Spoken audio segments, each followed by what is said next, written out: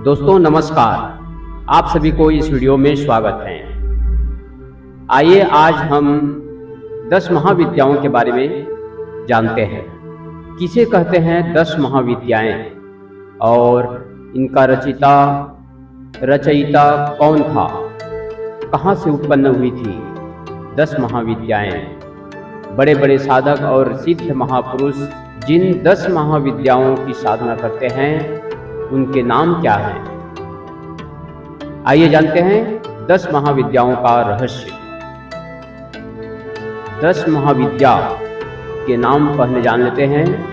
पहला है काली, दूसरा तारा, तीसरा है छिन्नमस्ता, चौथा षोडशी, पांचवा भुवनेश्वरी, छठवा त्रिपुर भैरवी, सातवा धूमावती, आठवा बगुलामुखी, नौवां मातंगी और 10वां कमला। इस प्रकार ये सभी महाविद्याएं मां पार्वती के शरीर से प्रकट हुई थी।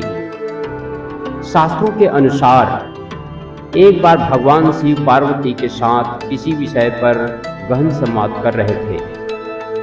गहन संवाद के दौरान मां पार्वती को अत्यधिक क्रोध आ गया, जिसके कारण उनका शरीर पूरी तरह काला हो गया। जब भगवान शिव वहां से जाने लगे, मां पार्वती के शरीर से 10 शक्तियां और विकराल रूप प्रकट हुए। भगवान शिव जिस दिशा में जाते थे वहां एक विकराल रूप नजर आता था। 10 दिशाओं में मां पार्वती के रूप को देखकर भगवान शिव भी आश्चर्यचकित हो गए। इसके बाद 10 शक्तियां मां पार्वती में विलीन हो गई। आदि शक्ति मां पार्वती के इन 10 रूपों को ही 10 महाविद्याएं कहा जाता है।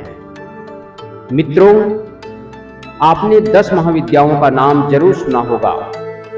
वर्ष में 2 बार आने वाली गुप्त नवरात्रि में 10 महाविद्याओं को सिद्ध किया जाता है।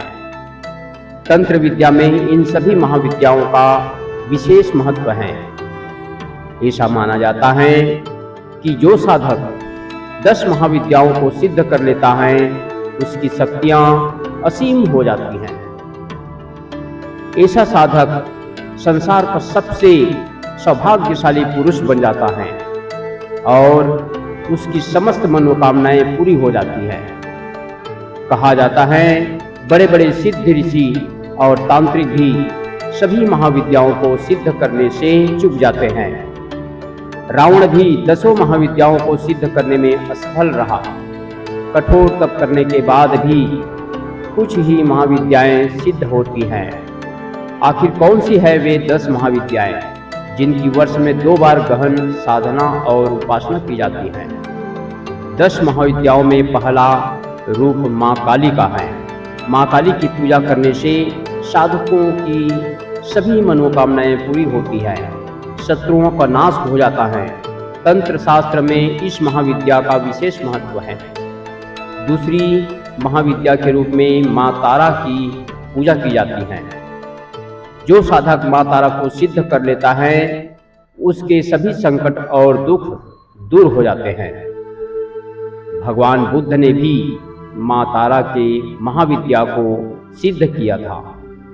आज भी अनेक स्थानों पर बौद्ध मां तारा की साधना करते हैं। तीसरी महाविद्या का नाम है त्रिपुर सुंदरी, जिन्हें राजराजेश्वरी माता भी कहा जाता है।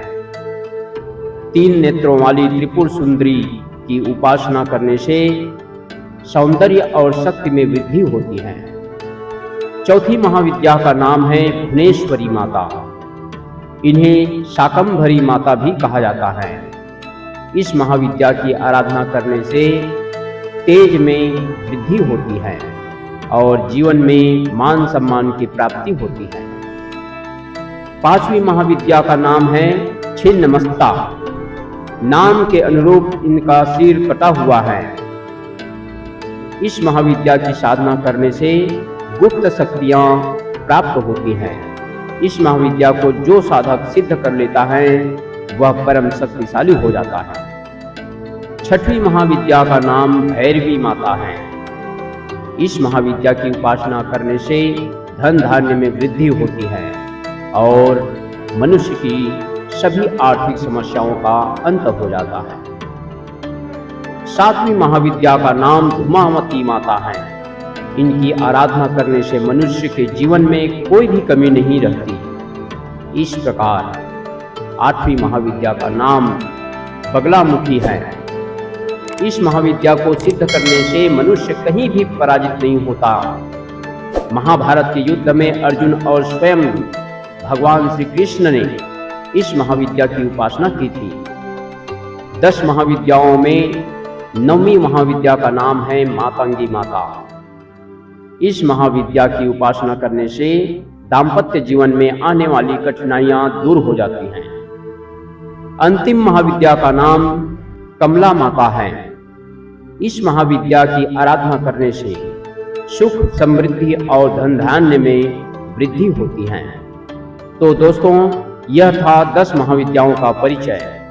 जो साधक इन दुर्लभ और महाशक्तिशाली महाविद्याओं को सिद्ध करना चाहते हैं, वे किसी योग्य विद्वान से इन्हें सिद्ध करने की दीक्षा अवश्य प्राप्त कर लें। बिना दीक्षा और जानकारी के महाविद्याओं को सिद्ध करना असंभव है और हानिकारक भी हो सकता है। इस प्रकार आप सभी के सामने 10 महाविद्याओं के बारे में प्रस्तुत किया। आप सभी से बारंबार निवेदन है, लाइक एवं सब्सक्राइब जरूर करें। इसी के साथ मैं अपनी वाणी को विराम देते हुए आप सभी को जय हिंद, जय भारत, वंदे मातरम।